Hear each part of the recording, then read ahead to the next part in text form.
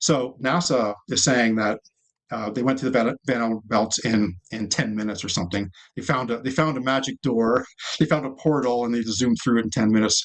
So it's at 30,000, 50,000 miles in thickness. They surround the Earth. You can't avoid them. It doesn't matter the trajectory, doesn't matter the angle, doesn't matter what your story is. And if you think about it, this is one odd factor that the fanboys seem to miss.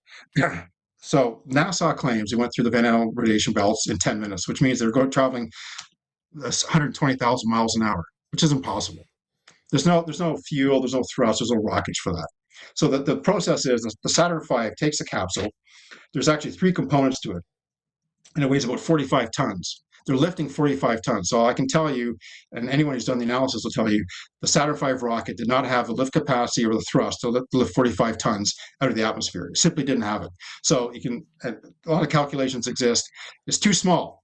Werner von Braun said it had to be 100 times bigger. And he was right. He talked about the Empire State Building volume. That is more than 100 times bigger than Saturn V. Saturn V is picking up 45 tons. There's three components. There's a command module, which is the little cone on top of the main module, which is actually called a service module. The service module is where they keep the fuel cells and maybe some extra water, some water reserves. And then they have attached to it the landing module, the LEM. So the LEM contains, they say, 10 tons of fuel and 5 tons of material, 15 tons. The capsule module, command module, is about 5 tons itself. The service module is around 10, 12 tons, 15 tons even. So it's quite a unit that they're trying to take up with the Saturn V rocket, massive amount of weight. So, and then you add the fuel to that. So there's no possibility that it got into the atmosphere, I don't think.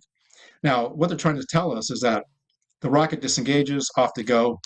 They go through the Van Allen radiation belt supposedly in 10 minutes, 120,000 miles an hour. Absolutely no way you can do that. Then they slow down. So why did they slow down? Nobody knows. But it took them 72 hours to get to the moon.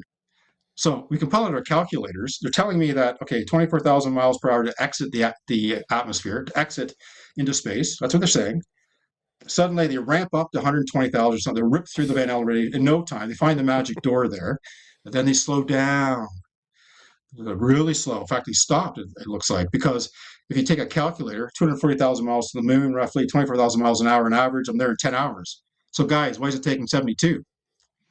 Nobody's ever asked this question. Why did it take 72 hours, guys? It's their own documentation. 3 days.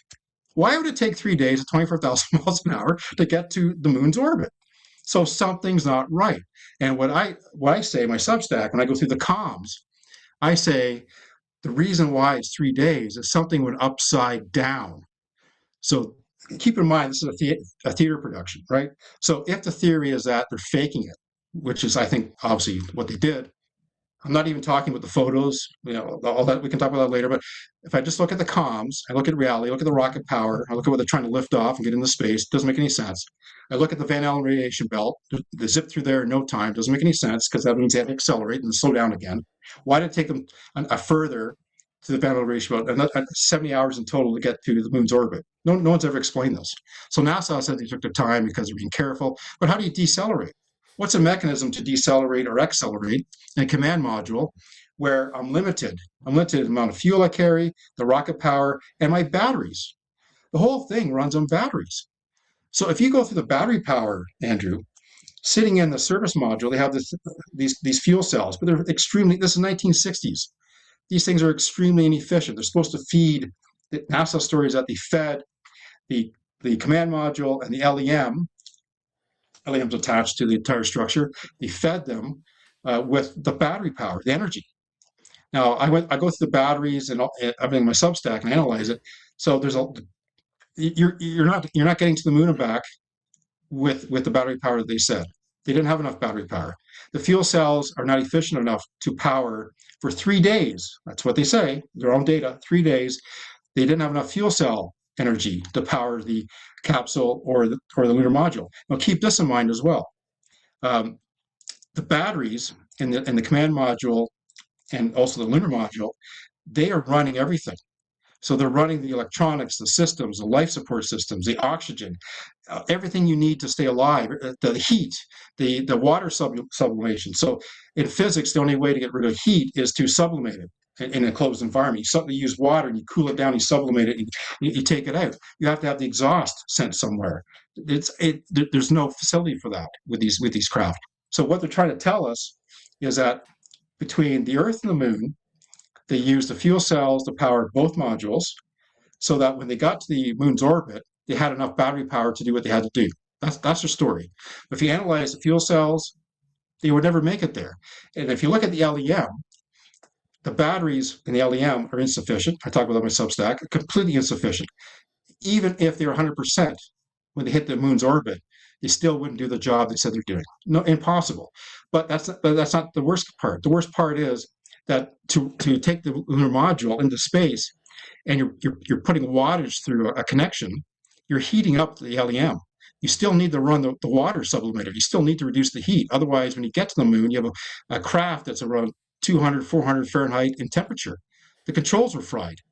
So you have to use the water sublimator off the battery inside the LEM. It drains the battery. Before the LEM even arrives at the moon, the batteries on the LEM are dead. It's a dead rock. It's what it is. It's albatross. So no matter which way you look at it, you can talk about fuel cells, you can talk about sharing the power, sharing the energy. Not enough battery power for the 3 days. They told us 3 days. Now, 10 hours, the calculations are different. I think that the command module, my own personal opinion, based on reality, goes dark after about 12 to 15 hours. And by going dark, I mean you die. So the Apollo 13 nonsense, where the power goes off, the stupid movie with Hanks, you'd be dead in an hour. You're dead. If the battery powers off or doesn't work, you will die. The whole thing is running off the batteries, and there's zinc silver batteries. And NASA's own documents, Andrew, I've gone through, they say that they're 30% efficient in space. Not 100%.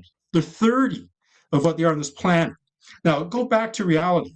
You're an astronaut. Your name is St. Neil of the big, strong arms, yeah? They're telling you you're going to the moon. Would you get in that tin can, Andrew?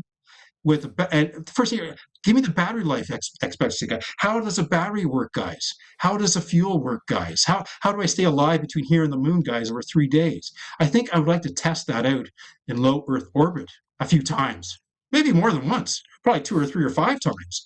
I want to test this out. How does it all work, guys? No,